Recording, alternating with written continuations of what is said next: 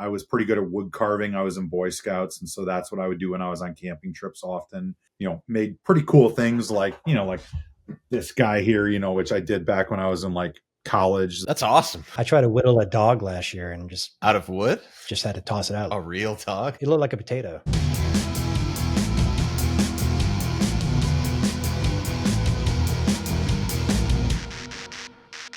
Hey, welcome to Deep Dark Well. Today we're joined by Tony Wash. Tony is the director of programming and original productions over at Screambox. He's also the writer, producer, and director of such horror gems as The Rake, Skeletons in the Closet, and the short film The Muck, which premiered at a very small local Texas film festival you've never heard of, South by Southwest. Most recently, Tony is the creator, producer, and director of a brand new horror trivia show titled Better Luck Than Chuck, which recently premiered at FilmQuest. Tony, thanks for joining us. Thanks for having me on the show, guys. Let me start by asking you, why did you decide to make such disgusting horror films? I mean, are mine really that disgusting compared to some these days? I feel like I'm pretty lame or tame compared to a lot of the stuff that's out there these days. I honestly couldn't even tell you where my love of horror came from. I feel like I'm asked that question a lot, and I always kind of veer back to, I was born a horror fan. I just remember watching black and white monster movies as a kid that my mom had taped off of TV. The first color horror movie I remember watching was Fright Night, the original Fright Night. We watched that at my dad's friend's house, and it was kind of like an after dinner treat, which was really cool. And then, just grew up with things like Nightmare on Elm Street, House from the 80s. Mm-hmm. Psycho 2 was one that I really loved a lot when I was a kid. Psycho 2. Yeah. So my aunt and uncle, I had a couple of different family members that got me into horror in different ways. I attribute most of it to my father. And then my Aunt Mary and my Uncle Ken, whenever I would go and spend the night at their house, they showed me Psycho for the first time. And then they're like, oh, well, you like Psycho? Well, you should watch Psycho 2. And so we watched both of those. And every time I go over there, I would say, hey, can we watch, Psychos? And they're also the ones who introduced me to House. Those were definitely the movies that got me into the genre. And then the books were like Scary Stories to Tell in the Dark. I had one Choose Your Own Adventure book. Before the Goosebumps did it, there was in the 80s, there was just a Choose Your Own Adventure line of books. Mm-hmm. I had one called Space Vampire that I was just really in love with. And so all of that just kind of like evolved into Stephen King and Dean Koontz and, all the horror movies of the 80s and 90s that were just so awesome back then. And so being a teenager in the 90s, it was a really, it was just a great time to work at a couple of video stores, which I did. And just be, it's like you have all these new horror movies coming out that were great at the time, like Scream. And one of my favorites was The Relic, that monster movie that took place in the museum. Man. Yep. I love The Relic. I watched that yearly. I actually just read the book this October because I've never read the book before. It's so good. It's my second favorite book of all time next to Dean Koontz's Watchers. Also a good book. No, The Relic is usually I read a book and I'm like, this is so much better than the film. I can't watch the film anymore. But this, for some reason, The Relic, they're both perfect in their own right. And I just crazy. I know. The movie doesn't even have the main character from the book in it. It's insane. Needless to say, The Relic, all those movies were great movies in the 90s with good books, obviously, that supported them as well. And when I worked at the video store, I was, 15, 16 years old, 17 years old. And I worked with this guy who was probably in his early 20s. And he found out I liked horror movies and was like, well, shit, if you like Friday the 13th, you like Halloween. Have you ever seen The Fog? Have you ever seen Prince of Darkness? Have you ever seen The Thing? And I always say this on podcasts, so people who listen to me often probably think it's annoying, but I'm like, those movies didn't have really attractive posters. I grew up loving Fright Night, and you can see them back here. Leviathan and Friday the 13th Part 3. Return of the Living Dead is such a great poster. The cover of House, where it's just like that skeleton hand pushing the doorbell. And so you look at a poster like The Thing, and I just wasn't really drawn to it. So I just never rented it. And then you see that movie and you're like, holy crap, where have you been all my life? That was my personal favorite horror film, The Thing. But it was an interesting era too, because I think I was into more. I was born in '86. I came, I guess, more of the '90s, but I still had that VHS, that video store experience where it was completely based on like what box art looks the coolest, what feels the most unsettling, to rent for like a night with the friends and things. And like we were just talking about, like the one for Dead Alive always got me, with the skeleton inside the mouth, and like Child's Play was a big one, like there was just something really magical about that time. And you still get that to an extent, browsing the titles on your TV screen, but there was just something neat about being in a physical space with that artwork that was just a little bit more like, I don't know, engaging. There was one video rental store I went to where all the horror movies were in a closet behind a beaded curtain. Like they would put porn. Because I'm from a small southern town, so like it was basically porn for the South. But it felt like I was doing something wrong being in there, like going through the box art. I liked it because not only was it tactile, and as a kid you're so much more impressionable, but like it was also an experience. Like to me, when you're a kid on a Friday night and your parents are like, hey, let's go to the video store and we'll get a couple of pizzas, and that's Friday night. Mm-hmm. That was an awesome experience. And I'm sure it's similar nowadays, but there's just so much out there that distracts everybody that even when you're streaming and you're just surfing through the selections on a streaming platform, not only is there so much content to choose from and it's all readily available, but you just kind of get lost in the surfing. And it's just not the same as walking down the aisle. You've got these old tube TVs kind of hanging from the ceiling, from the pillars that are like, playing Clerks or something like that on repeat, or Ghostbusters. And you're just looking through this dimly lit aisle of all these posters, these covers on these boxes. And I don't know, it's just that's not really a thing anymore. And it's really unfortunate. You collect VHS tapes, right? We've talked about this. Yeah. I just got this beauty the other day, which I'm really excited. Nice. Directed by James Cameron. Of all You all lived in fun towns that had like movie stores with characters, or with character. We just had Blockbuster. We had a local corner place called Rams's. Yeah. I mean, we had Movie Gallery, which turned out to be the second biggest one, but it started off as the mom and pop place. But we all missed the days when the hardest decision on a Friday night was, what do you want on your pizza?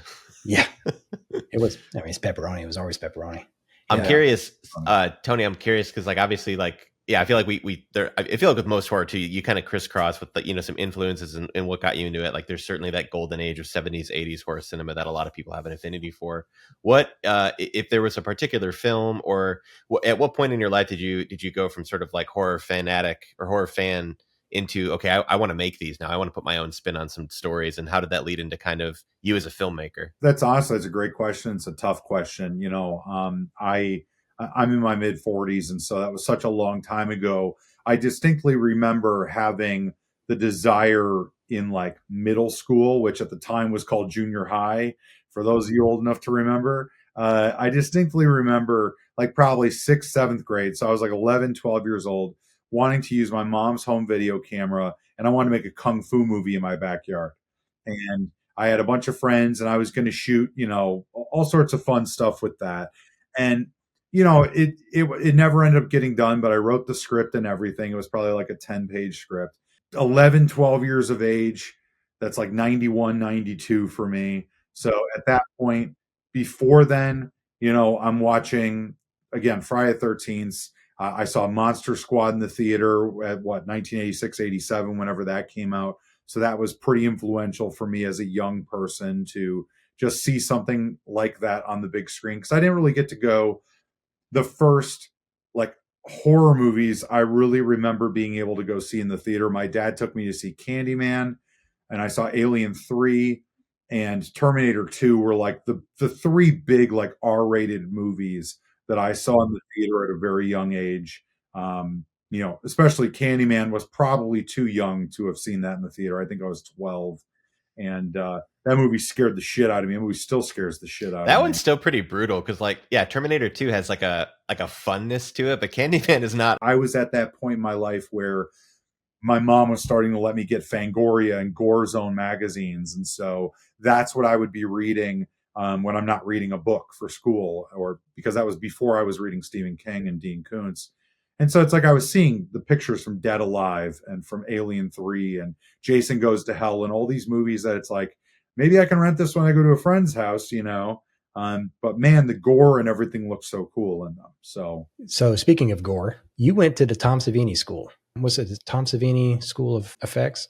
I forget the name of it. Something like that, yeah. What made you want to do practical effects? I've always had like a knack for art. I'm not saying I'm talented, but I've always been able to at least, kind of, I've always been able to sketch. I can look at a drawing and I can copy it pretty well. So I just always thought, if I want to break into filmmaking, I didn't go to film school. I don't want to go to traditional film school because everybody that wants to be a director goes to film school.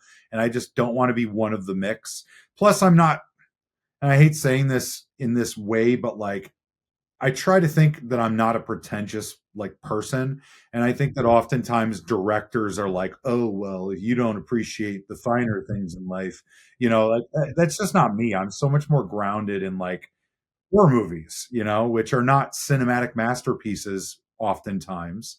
I thought if I want to get my foot in the door in the film business, why not go to special effects school instead of filmmaking school? It's going to be a little bit cheaper because it's a shorter program. It was only 16 months. And I can learn how to get into the film business with practical effects work, which is something I'd want to have in my movies anyway. And, while I was going there, I kind of realized I'm not bad at it necessarily, but I'm also not good at it, like I did, this was like the one thing that I did that I was really like happy with. I did a Chatterer, That's awesome. That's really cool. I got a couple of them to sign it, which I thought was kind of fun. Oh, that's awesome. Oh, that's really cool. Yeah. I would put that under the pretty damn good category. I appreciate that. I don't have the patience for sculpting and mold making and pouring it out and then getting it all done. Special effects is a talent that it's unfortunate it's not more respected because and that it's quickly being replaced to a large degree with CGI, which is a talent in and of itself. But I just think practical special effects work, especially nowadays with the supply, the materials that we have like silicone and stuff, it absolutely blows my mind what they're able to accomplish, making something look real. And you look at movies like Terrifier that just have absolutely insane effects work in them. The creatures that are created in some of these movies nowadays that are practical, and it's just really fascinating. And so that's why I went into it. While I was there, I ended up directing my first movie, and it was just kind of one of those things where I'm like, I've been telling people for 12 years at that point, 15 years at that point, that I wanted to be a film director. So why not just do it? So I went and I spent my life savings and made a movie, and realized I'd probably be better suited being a filmmaker as opposed to an effects artist. And here I am 20 years later. The movie did what it needed to do for me. It was, it won a couple of, I think 3 best feature awards at festivals across the country, and, best screenplay, best special effects. So I was really proud of it considering it was my first movie. I didn't know how to use the camera that I was shooting it on. I was my own DP, even though I didn't want to be. I kind of fell into that role. And it was just me and my friends from Savini School making a movie in an abandoned funeral home. We actually met at film school, but I would argue that when we went out and made a feature afterwards, it was like going through film school again in a more, practical way. And it's just to validate what you're saying more, like it's until you really get behind the camera and start shooting a movie, up until that point, it's very hard to sort of put what you're learning into practice. And I think that's why we've enjoyed just kind of making, the shorts we've been making now too, is just like finding different ways to explore different things while also constantly learning. Did you do your own effects for that first feature? I worked on like elements of it. Like I was pretty good at doing teeth. So the monster and It's My Party, I created the teeth for the monster. And I designed, like I was the one who sketched out what I wanted the creature to look like. And then I had people that were better at it than me sculpt it and kind of, plus it's also not easy to be writing, producing, directing, DPing something, and then also be trying to do the effects. That's, I give a lot of credit to Damien Leone for being able to direct and do the special effects on the earlier Terrifier movies. At least I know part 3, he had like a team of people helping him, but I would never credit myself as an effects artist. I've done it a couple of times here and there on smaller projects, but I would by no means say that I'm an effects artist. I think the benefit to going to Savini School not only was being able to make a horror movie for a low budget level, because I had a bunch of friends that just wanted to make a cool movie and were also special effects artists. And, so there was that benefit. The benefit now is that I have friends that are professional effects artists that I went to school with that are, doing amazing things on huge movies that still work with me on things. And then the other benefit is understanding how to produce and direct special effects. That is a huge thing that is disconnected oftentimes on sets, that people just do not make aware, how important it is to understand how much time is needed for practical effects and pre-production and like on set the day of, and how to shoot special effects appropriately, not just for the sake of making it look better on camera, but also like saving time, like, oh, all we need is one cutaway or one insert shot, and this entire effect is successful, as opposed to, well, we should shoot 15 different takes from different angles to make sure that it's going to look okay, or have content in the editing room to save us if we figure something doesn't work out. Yes. No, I found out quickly that I love practical effects, but it takes up much of your time. The shortage draws closer. We shot in one day, 12 hours. I think the creatures in the shot for 10 seconds, maybe 2 or 3 shots. And it was how long do you have Brett in the makeup chair? Longer than I should have. Right. We definitely have leaned on CG, here and there, where it just made more sense for like a budget or practical reasons or time, whatever. But it is like, there's something very like homemade about like horror in general. Like I feel like because it came from a place, especially again, going back to the 70s and 80s, like one of our favorite films is Evil Dead, and just, seeing like the practical stuff that worked there with the stop motion in the first movie, like just seeing like what took just people, literally was just this very tactile, like you're saying, going back even to like the VHS art, there's always just been some tactile sort of experience with horror. And I really appreciate, trying to sort of carry that through to modern sensibilities. But it's also great that, with all the technologies that have come with CG and everything, like to your point, like there's also been a lot of advancements with like prosthetics and things where like that stuff has only gotten even better. And I'm a bigger fan of Evil Dead 2 than Evil Dead 1, just because I appreciate the KNB effects that are in Evil Dead 2. And like you look at like how Ted Raimi was in the Henrietta, the demon Henrietta outfit. Yeah. And like they always have that story where you would take the boot off of the foot and just pour the sweat out, because the latex just wasn't breathable, and how much time it probably took to get him into that outfit. And I look at an experience like with Better Luck Than Chuck, where the Charlie mask is literally just a silicone mask that we slid over the actor's face, and all you have to do is put a little black makeup around his face, around his eyes and in his mouth, and you're basically good to go. You throw some gloves on him and then he's ready, and I think that those are the things that, and silicone also, like, I think that the look of silicone is such a good match for skin, that like it's just amazing what they're able to come up with nowadays, and in terms of time saving. And I'm not necessarily saying it's saving costs, because it's still expensive, but sure, it's just really impressive. And I love that I'm in a genre where I can create cool stuff like that with talented artists like that to bring, fantastical characters to life, or extreme violence and gore to reality, because you just don't see that stuff. Like I was on a Christmas movie, and that movie was just like a comedy, and it's like, there's nothing to this. It's just a bunch of actors acting, and I feel like that's a good segue kind of to shout out to the Widow and Charlie shirt I've got on right now. But the characters, the Widow and Charlie, were in your feature Skeletons in the Closet. I'm curious, how did they go from characters in your anthology horror film to essentially the hosts of a horror game show, which, if you want to speak a little bit about that and sort of that journey that's had. Yeah. So, I appreciate you wearing the shirt again. I think it's so wonderful to see support from the community for something that you've poured so much time and heart into, and the Widow and Charlie are very important to me. Charlie is literally my company mascot for Scotchworthy Productions. He's been my logo for my company for 20 plus years at this point, as long as I've been filmmaking. I had the idea for these characters in college in a creative writing class. I was obviously a horror fan. Pretty much no one else in the class was a horror fan, and so all of my stuff was a bit darker than everybody else's writing.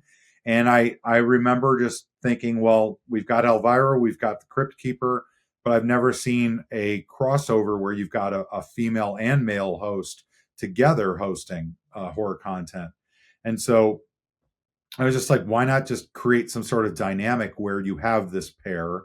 And then I realized, well, okay, if it's a husband and a wife and she's the one who killed him, then it like adds this extra layer to their personalities and their relationship.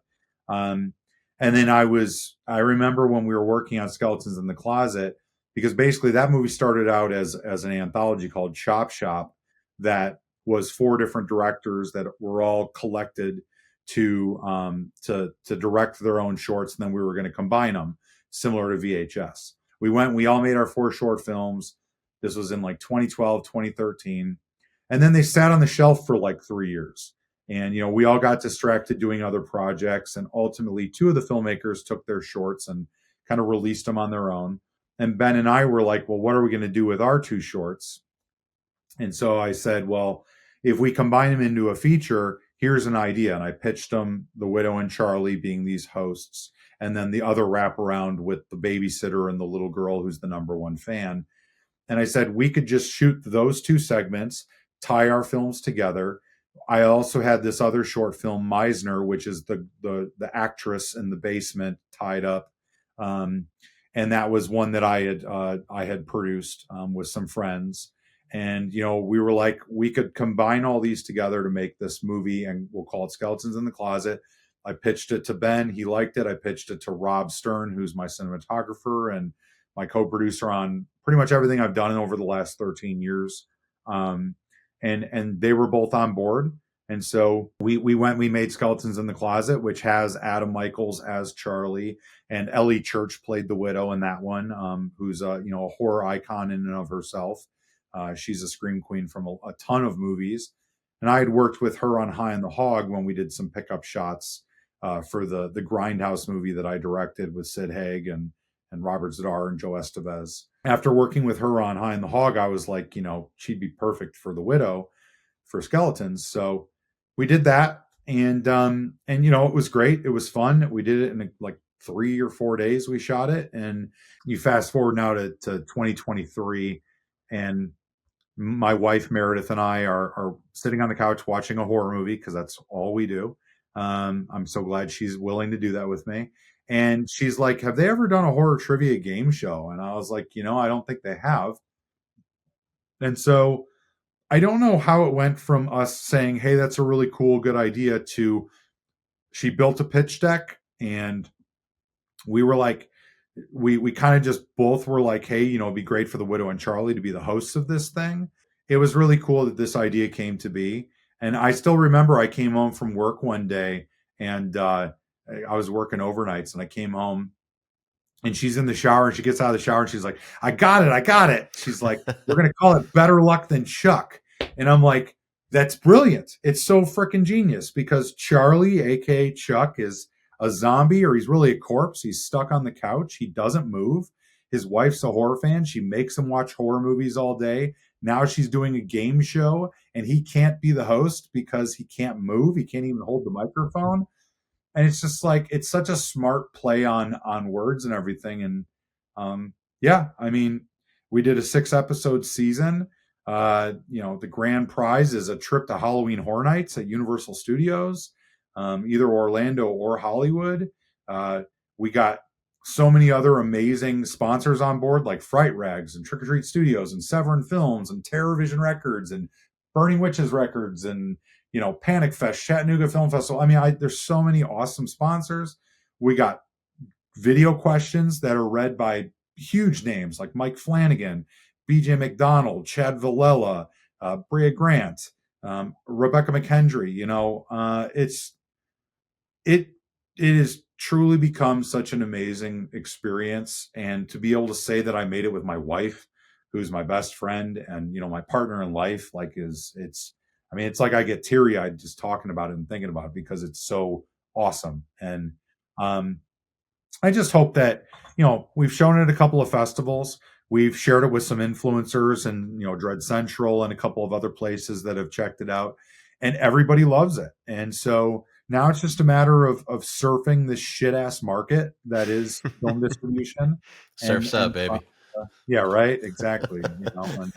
And try and find a place that appreciates what we put a lot of time and effort and heart into, and helps us get it out there. Well, it's an incredible show, and that's a very fulfilling feeling too, just to be able to do something with your wife like that you both care about and have it be received well. And like, I mean, yeah, having literally seen the show, I mean, again, just to validate, like it's so much fun. I mean, even just like the one episode we got to see, I was like, man, I could sit here the rest of the night and just watch this with this group at FilmQuest, and that would have been a perfect night.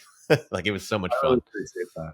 Thank you. I missed FilmQuest this year. Was it like some crowd participation? Did you get some shouting at the screen trying to guess answers? Or yeah, so we screened the pilot episode on the Wednesday, and then and that was great because it was in Valor, which is such a fun venue. It's got such a great vibe to it, and the people in the crowd were shouting out answers and laughing at the jokes. And during the workshop, Charlie's workshop, which is the final round, it's a scavenger hunt through this kind of like dark and dingy back storage room where you got to find iconic horror movie items like the hook from I Know What You Did Last Summer, or the glowing syringe from Reanimator. So that type of stuff. And people in the audience were like, it's right there, and that's the one thing I really wanted when we were on set shooting the show, was for the people, because I saw crew members who are horror fans who would be like watching it on the monitors, and they'd be like, like pointing at the monitor and stuff. And so that was really great. And then on Friday at FilmQuest, we screened another episode from the show, and we also did a little in-person trivia event, and that's what Jason was at. And it was really awesome. One of our contestants drove all the way from New Jersey to Utah to watch the episode because he's been that eager to see it. Yeah, so it was a fun week. FilmQuest is an awesome festival. Yeah, it's a party. I missed it a this week year. Long. Yeah, I missed it this year too, and it seems like it was a great year. Not a good year to miss it. I have never been, but at this point, I plan to be there every year, even if I don't have stuff. I want to be there representing Bloody Disgusting and Screambox, and just met a lot of really incredible filmmakers, watched a lot of really great short films and features, and it's just Jonathan Martin and his assistant director Jonna Jackson. They do a really wonderful job of curating not just a great collection of films to showcase, but a really great community of people. Their merchandise is on point. Like I said, the venue's really awesome and just comfortable. It's cozy. Yeah, overall, just a super wonderful experience, and it's like a family reunion. It does feel like a family. No other festival has that kind of experience. How did you get involved with Screambox and Bloody Disgusting in the first place? So my family's accountant, when I incorporated Scotchworthy Productions, my accountant was really instrumental in just kind of helping me get all that stuff figured out. He was also the first investor in my company, in my production company. So he was a really great guy. He passed away a couple years ago, but was a really awesome, supportive person. And he had been my family's accountant for 40 years. And when he was incorporating my production company, he's like, you make horror movies. You should really talk to another one of my clients. He runs a horror website. And I'm like, oh, really? Well, what website? He goes, bloodydisgusting.com. And I'm like, oh, okay. That old thing. yeah, I've heard of it. Never heard of it. And this was, bear in mind, this was like 2007. So Bloody Disgusting was still in its, what I would consider, infancy stages. Sure. Coincidentally, both Tom Owen and Brad Miska, who started Bloody Disgusting, live in the Chicago suburbs. And Tom Owen's family had been using the same accounting firm for 35, 40 years as well. And so I just happened to, my accountant gave me his email, and I emailed, and we ended up meeting up at a Horror Hound convention. Tom actually wasn't at the table. He had stepped away from their vendor table for a bit, but I met Brad Miska, and, I gave him a copy of It's My Party and I'll Die If I Want To. And we talked for a few minutes, and then like a half a year went by and I didn't hear anything from them or whatever. And I didn't expect it, because you kind of have to assume that when you give somebody a movie at a convention, you're never going to hear that they watched it. And so I'm setting up at another convention a half a year later, and Brad walks up to me while I'm setting up my vendor table. And he's like, hey, Tony. I'm like, oh, hey, what's up, Brad? And he just said, he's like, I want to apologize, first of all, because you gave me your movie, months ago, and I get a stack of movies from people and they sit in the corner of my living room. And he's like, I finally got around to watching It's My Party. And I really liked it a lot. I genuinely thought it was a cool movie. And you did a great job, with your first movie. And I just really appreciated that he took the time to come up to me and give me that compliment, which was completely unsolicited. We didn't really keep in touch necessarily, but a few years later, I reconnected with Brad because we were starting up World of Death, which was a collection of short films that we started after ABCs of Death 2 ran their contest. All of my friends were doing shorts for that contest, and I didn't want to do one. And ultimately, I was convinced to do one, which ended up being The Muck. Thank God I did it, because it's the most successful thing I've done in terms of festivals. But we started reaching out when we didn't win. We started emailing every filmmaker that we could find through YouTube and Vimeo and wherever else that we thought might have a short film for World of Death. And we ended up collecting over 250 films right out the gate. And so pitched that to Brad. He loved the idea. We put World of Death on Bloody Disgusting's YouTube channel. It ran from 2016 to 2020. In over 200 episodes, we featured more than 500 short films, and we represented over 50 countries of filmmakers, which is super cool. That's incredible. That is awesome. Yeah. And then in 2020, Tom came to me and said, "Hey, we want to take. We've partnered with Cinedigm, and they have Screambox, and we are going to start a linear channel, which is like a streaming channel, 24/7 programming with commercial breaks. It's ad supported, and we're doing Bloody Disgusting TV, and we want you to program the channel, and we want you to take World of Death and turn it into a new show called Bloody Bites, and feature the best horror, sci-fi, and thriller shorts in the world." So I've been doing that since 2020. And that's, been, really awesome, really exciting. And it kind of got my foot in the door. And then 2 years ago, I've been there for almost 2 years now. I've been full-time with Cineverse and programming for Screambox, and just got promoted a month and a half ago to the director of programming and original productions. And congratulations. Thank you. That is awesome. Congrats. Yeah. Yeah. I'm excited about the opportunity. I have a slate of projects that I'm trying to get off the ground. And so, at this point, it's just a matter of seeing what gets greenlit. And I'd like to have a nice combination of narrative as well as unscripted, because we're doing both. The first show that we're doing is Ted Raimi Talk Show. Yes, I'm very excited for that. Mm-hmm. Yeah. It's going to be really cool. He's one of the most humble and down to earth celebrities that I've ever met. And I'm just very, very excited to develop something with him, because it's not like he's bringing something to us, and it's not like I'm hiring him to host a show that we created.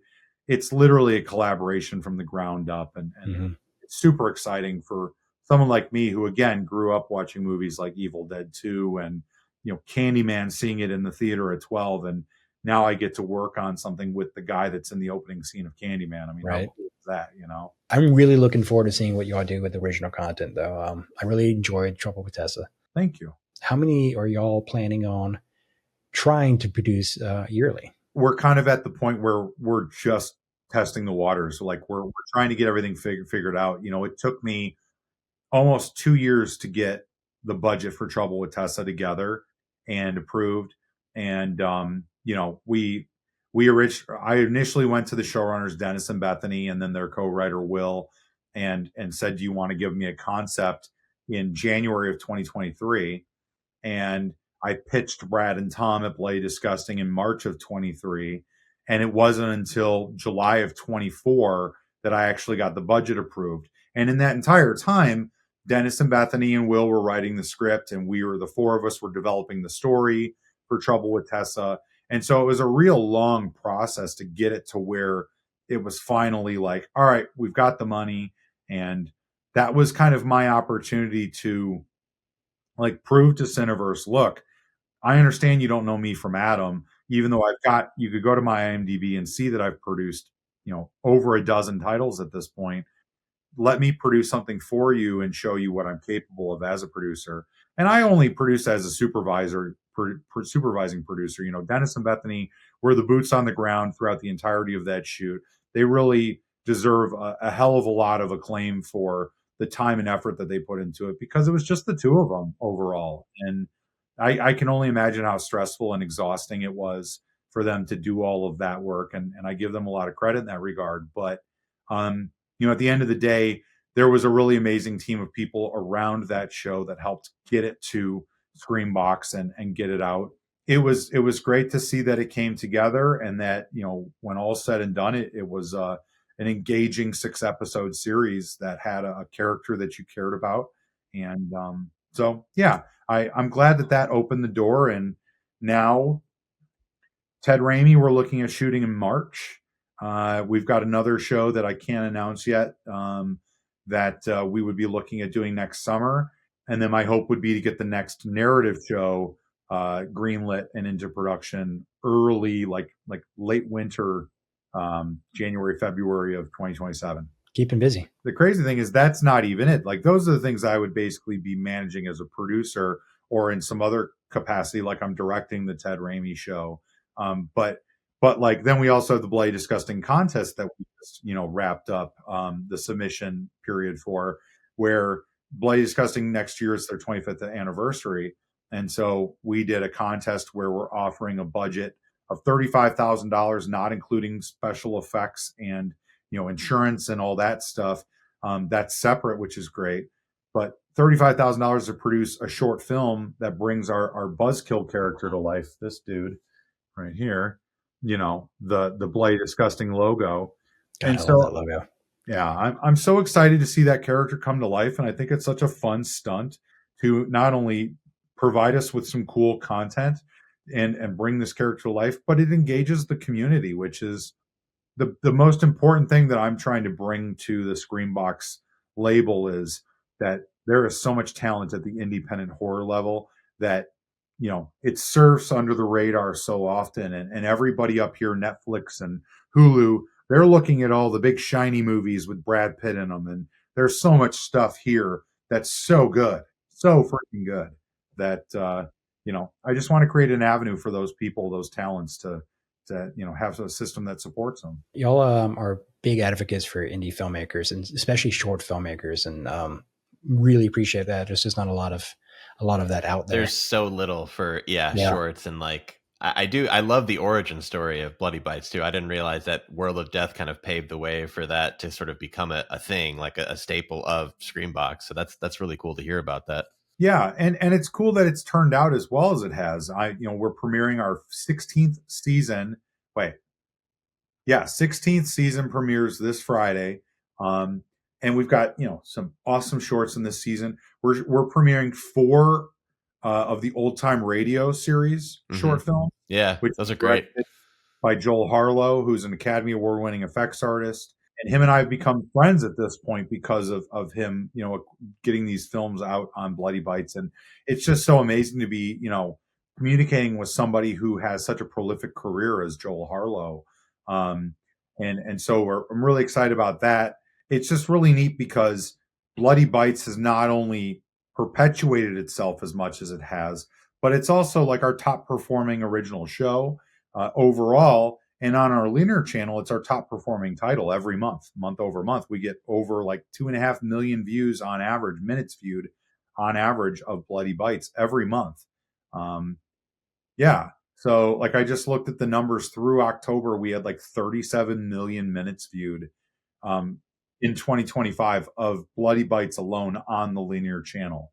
So that's awesome. And you guys are going to have a couple of your shorts in Bloody Bites. So. And thank you for that. We're very, very excited about being able to distribute with a larger audience. If a short filmmaker wanted to be on Bloody Bites or a different distribution service, what would you recommend them do, starting from pre-production? It obviously depends on quality and the content. You need to think about how digestible a concept is going to be for a wide audience. Like, there's nothing wrong with producing something that only you want to watch, because you really should be a fan of what you create. In my opinion, it enables you to put more heart into it. I agree. And the willingness to put more time in without being stressed by it, even though the stress is still inevitably always there. You want to think about your audience. And if you know that you're going to create something that will appeal to a large group of people, you have a larger likelihood of it finding an audience on a larger platform like Alter or Dust, or Bloody Bites. And then you have to think about production quality. You know, I think that anybody that wants to make a movie, make a movie. You have no excuse not to make a movie. You have a phone in your pocket with a camera on it. You can make a movie. And if you're not making a movie, you don't want to be a filmmaker badly enough. And you really need to want to be a filmmaker, because it is not easy to be a filmmaker. It is stressful. It's exhausting. It's time consuming. It's expensive. And oftentimes, more often than not, you are not getting the accolades or the the appreciation that you would want to get or hope to get for what you create. But having said that, if you still want to do it, then do it. But with that being said, because I think anybody who's able to make anything, if you have an idea and you create it, then you shoot it, you produce it, you get it edited, and you release it. That is a huge, tremendous feat. So bravo to you. Put that feather in your cap and consider that a step in the right direction, and then keep going. Do it again and again and again. But what you have to do with everything you do, I'm not saying you need to do this on your first one, but every project, you really have to focus on production design, production quality, frame composition with your camera, and obviously found footage, things like that. It may not be as important. Blair Witch Project, they weren't focusing on frame composition, or lens options. But to me, things that are often forgotten when you're making a movie, especially horror movies at the independent level, is production design. Don't shoot it in your apartment with nothing on the walls but a couple of horror movie posters tacked on with sticky tack and your DVD rack in the background. Think about the color palette of what your frame looks like. Think about the wardrobe that your actors are wearing. Don't put them in something that's got a Nike swoosh on it, because you can't sell that then. You can't make money off of that project if you have them in that. And you'd be surprised how many movies I watch for Bloody Bites where it's like, this is a good movie, but your lead actor is wearing an Evil Dead t-shirt. Sorry. Think about audio. Make sure that you have good audio recorded and all that stuff. So those are just a couple of things that I think it's really important to pay attention to that, because I hate telling people no. I really, truly do. And it's so hard to, like, when you see someone say like, oh, I put a lot of time and effort into this, like, would you accept it? And then you have to tell them no, because the quality's just not there, or the story's just not there, or whatever the case may be that's lacking and causing me specifically, I'm not speaking on behalf of anybody else, but me not choosing something, it's hard to do that. And so all I can really say as advice is, when you go into it, do your best to be conscious of taking the extra time in pre-production and while you're on set to make something right, because in your post-production, you can't fix it like you think you can. And so fantastic answer. That's good, actionable feedback, though. I feel like that's a lot of those quick hits that people sometimes like. I'm a post guy naturally, so there's definitely sometimes I'm set where I will do the fix it and post thing, only because I know it's on me and I will make the time for it. But yeah, it is interesting, just like you're saying too, how much of the actual look of the film sometimes is not just the camera, the lens. It is literally the set and the characters and how you're shooting the film. And I think that's why I love doing period movies, not for the budget per se, but knowing that I've got to make everything from I don't have a choice. I need to go get costumes, I need to go build a set or whatever. And it's knowing that everything's going to have to be made essentially from scratch, where you have full control over the color, like what you're saying, oh, the character's going to be in green, let's make the background red so there's a complement, whatever it is. I think all that's really useful information. I think the really funny thing about it is that I oftentimes feel like, we've all been to probably a lot of film festivals, especially genre film festivals, and I feel like you see a lot of the same filmmakers getting kind of put up on a pedestal, look at how amazing they are.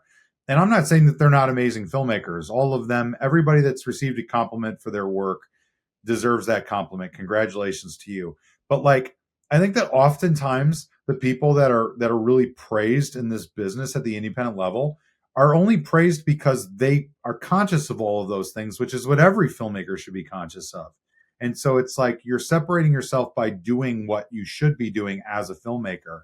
And how much weight are you putting on social media right now as you yourself are going through this hellscape of finding distribution? I think social media is important because the community speaks volumes about what they support. I think it's tough to get in front of enough people in the community to go viral, but that's not to say that it's not possible. I think you just need to, whether it's the right time, the right place, it's what do they say? Luck occurs when opportunity meets preparation. It's one of my favorite quotes. And I think that if you are providing enough content, you're going to eventually have something find the right audience, or enough content is going to find enough people to create an audience. I think social media is very important. I think that social media, like everything else, is too oversaturated. I think there's too many platforms of social media. It's like I grew up on MySpace, and then I went to Facebook, and then it was Instagram, and I'm still on Instagram. That's like the one that I will go to at least once a day. And now it's like I hear, well, Instagram's not even really the thing anymore. TikTok or whatever. It's like I won't be caught dead on TikTok. I'm too old for that shit. Yeah, I think I've maxed out with Instagram. Yeah, I can't change again.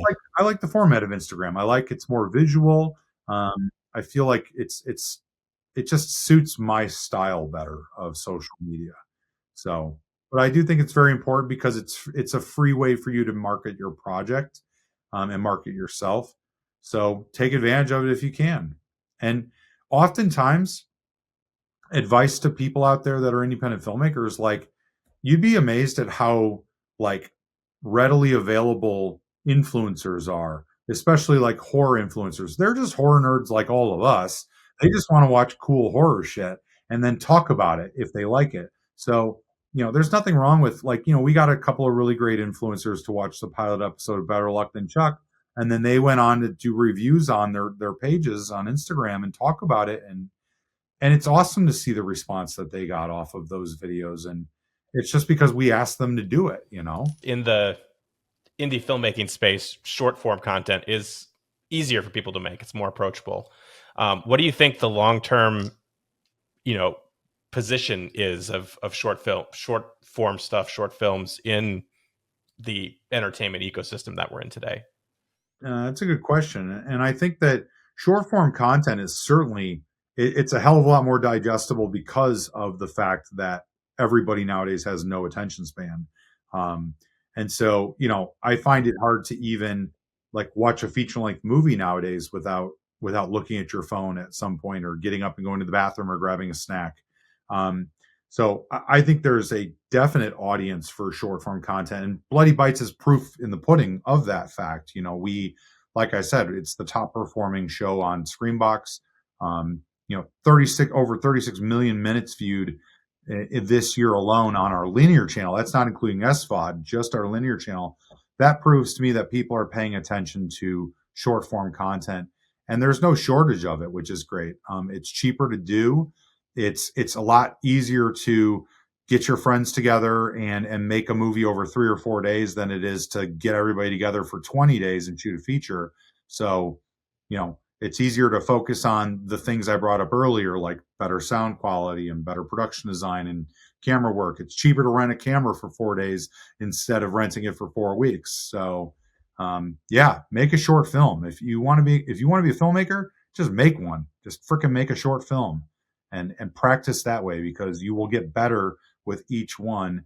And then before you know it, you're going to be, at festivals, and hell, you might make it to a festival with your first movie. What do I know, Well, do you have anything else that you would like to discuss before we let you go? I would certainly ask your audience to find Better Luck Than Chuck on YouTube.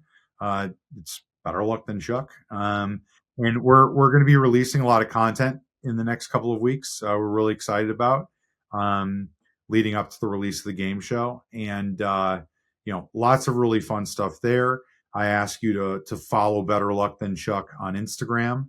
I'm Scotchworthy on Instagram, like a bottle of scotch, and worthy, like we are not worthy, just Scotchworthy on Instagram. I'd love for people to find me and follow me on there, because you can hear about everything with Better Luck Than Chuck, as well as Screambox and what I've got going on there. If you don't have a Screambox subscription, I highly recommend you check it out. It's, I think, $5.99 a month. If you do a year subscription, it's like $4.99 a month. So you're talking for less than $100 a year.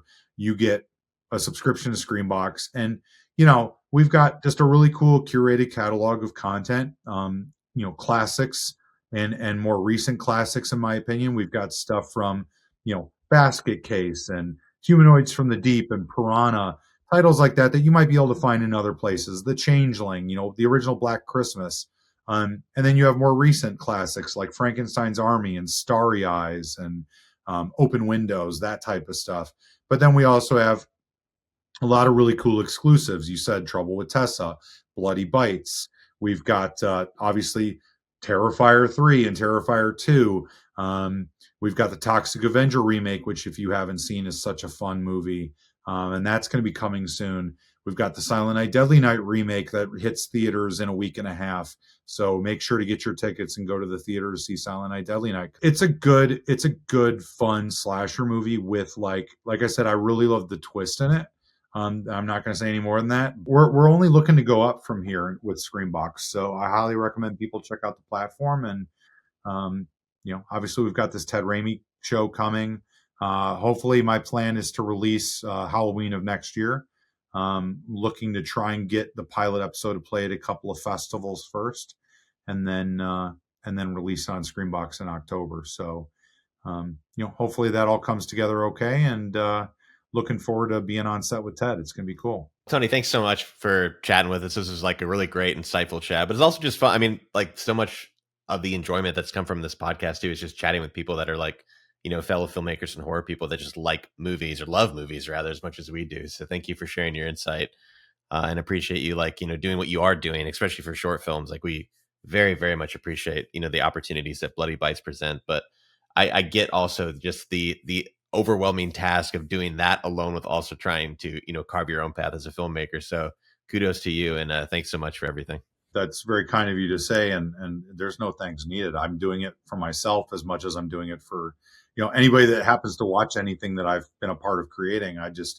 I'm grateful that I have an amazing film family that I'm surrounded by, these amazingly talented people that are just as tenacious as I am to make cool content. And all I hope to do with my role at Screambox is continue collecting and acquiring awesome horror movies for our subscribers to watch, and now start producing awesome stuff for our subscribers to check out. So I'm excited for the future and hope that everybody's willing to tune in and check out what I'm doing. I got one more question for you.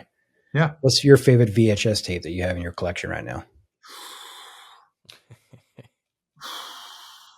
My buddy Bobby just got me it's a cut box, but he got me Blood Beach, which is one of my grails that I've been looking for. And that was a completely I saw him at Days of the Dead 2 weeks ago, and he's like, "Hey, I got this for you," because he knew it was one of my grails. And I was damn near on the verge of tears that the guy gave me. I was like, "You gotta be kidding me!" Solid friend move, right?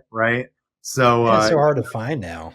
Yeah, it's a hard one to find. It's a great movie that never made it to like DVD and Blu-ray, but it's got Burt Young, who was the shitty brother-in-law in Rocky, and it's got John Saxon in it, and it's just about a monster that fucking kills people on the beach. It's so cool. What more could you want? So that one, I don't know. I've got some of my like grails that I have are Night of the Creeps.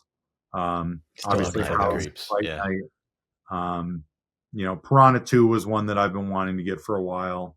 I lived in San Marcos, Texas, where they filmed Piranha 1. Nice. Now cool. That water is now owned by the university. So it's my trivia when I take people down there. That's a good trivia question. We might have to put that in Better Luck Than Chuck. Oh. You did it, Josh. You made it. Yes. There you go.